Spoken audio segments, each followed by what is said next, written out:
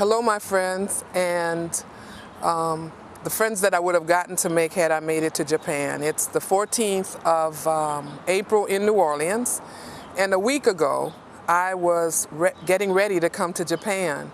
On the evening a week ago, our artistic director, artist in residence, was found dead, and I'm unable to make the trip because I'm here working with our family to essentially complete his funeral arrangements and to participate in them. This situation really is a great preface to the comments that I wanted to make to you anyways. And it really is about the whole notion of how we take for granted the fact that things are going to continually work for good, and they don't always work that way. Problems come, difficulties happen, and disasters happen. So this whole matter of studying and learning from disaster that the Japan Society has facilitated creating is so very important for communities that live with the promise and the potential for disaster. I'm going to talk a little bit about both my professional and my personal insights on what it is and how it is that we can do better the next time our community is hit with a disaster. On the professional side, we were an emerging organization, and so we were still making up all of the infrastructure processes in our organization, and we hadn't gotten to the one called disaster planning. And so for us, we had to move rapidly to both protect our organization and our facility during the disaster, and also to take care of the people who were part of our work family during the disaster. So since then, having Katrina as a prompt, we have gone on to create policies about how to pay people when we're not coming to work, and how long we can afford to do it, and what are the processes that help us to determine what we can do. And so readiness is really a very important part of being ready professionally. And then returning in the workplace.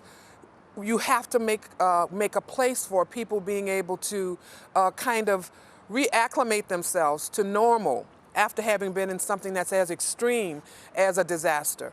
And so we have been working on doing that. And so we've created ways in which the work family and our extended cultural family relate to each other and play together, if you will. Because play is a very important part of staying balanced and whole and healthy as human beings. And so we use the cultural and the creative as a way to recreate, but we also use it for healing.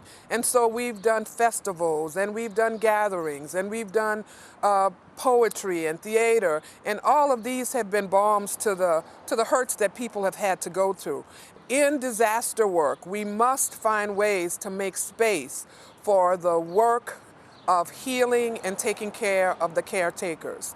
And I know that you have people there, particularly Dr. Denise Shervington, who is very knowledgeable and has been working very heartily in that area.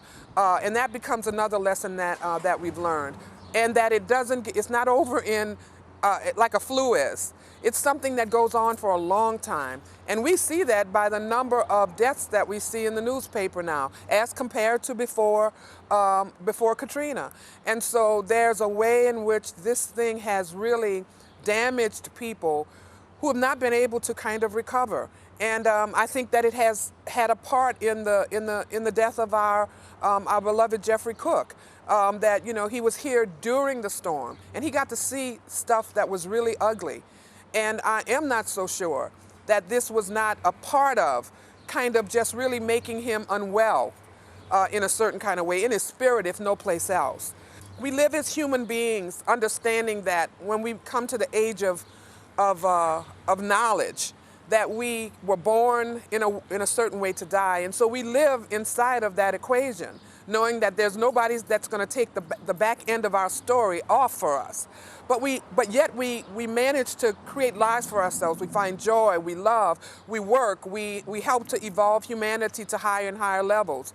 I think this disaster kind of interrupted our ability to be able to see that so clearly and to be so comfortable anymore in terms of working inside of the equation of life before death.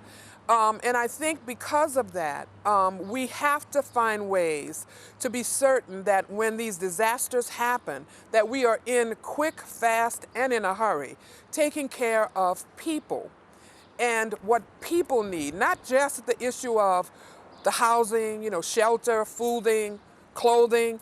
Those are things that certainly people need, but there's something else that people need, and it's something that has to do with the spirit and the spiritual.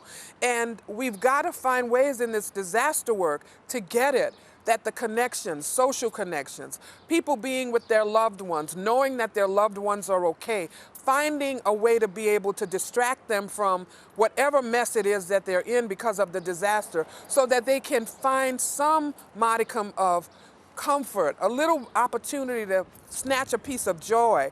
And that if we don't do that, that what we do is we set them up with this compoundment of difficulty and hard. And in our situation, we had people who lost their whole lives.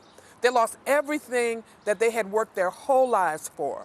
And the expectation was that they were going to just hit the ground and keep on going. That was their expectation of themselves. And it was certainly the expectation of the rest of us. And so we have to find a way to really get it, that the spirit of human beings is very strong. It's very capable. It's energetic. We have to realize that it also has to be tended to. It doesn't work on an automatic pilot. It just kind of operates and it adapts to what's going on. Yeah, it does that to a certain extent, but like everything else, it gets broken. It sometimes gets crumbled to the point that it can't be resurrected.